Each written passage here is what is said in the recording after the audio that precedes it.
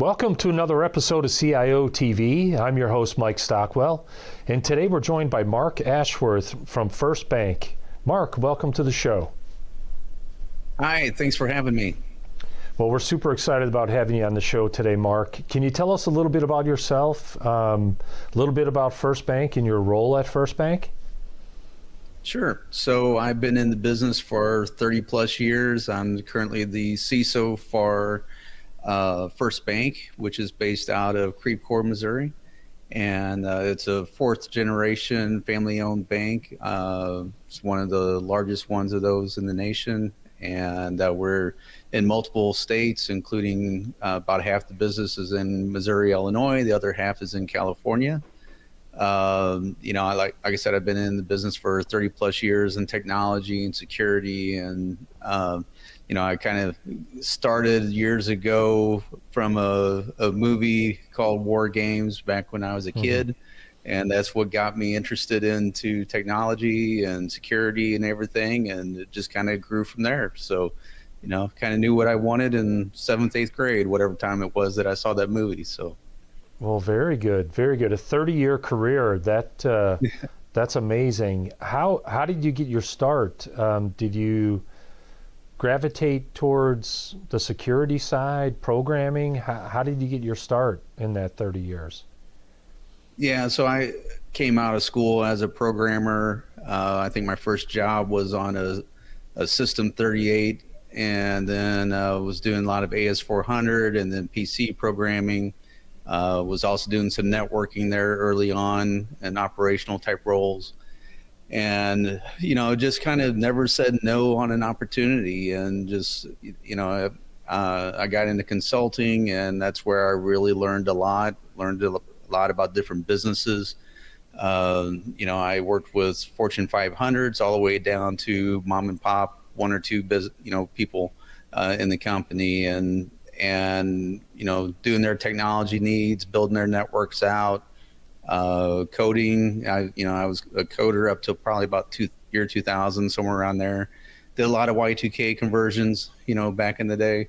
Sure. And then switched over and started doing a lot of networking, security, some auditing, and then eventually got into management.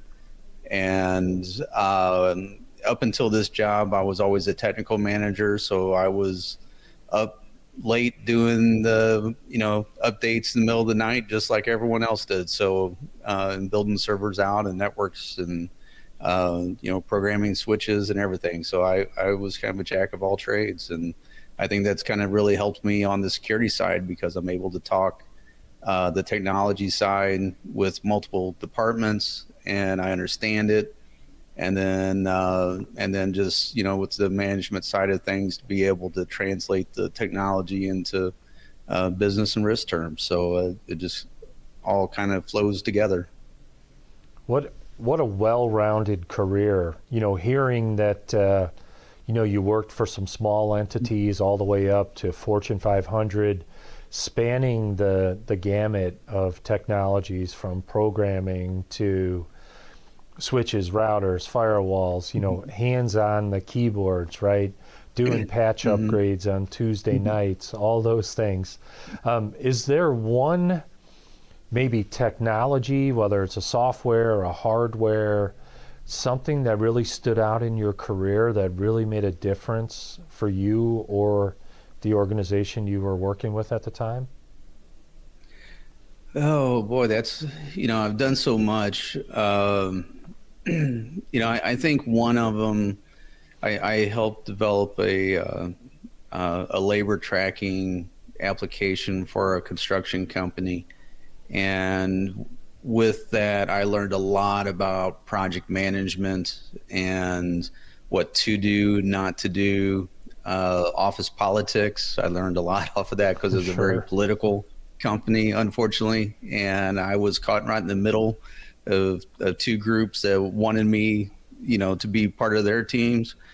And, I got into be able to do training and, and working with the teams that were actually using it. So, that was, one of my last development projects.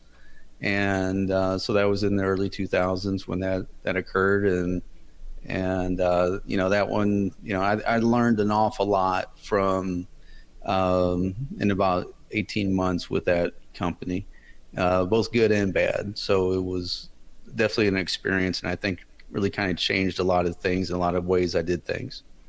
Sure, sure.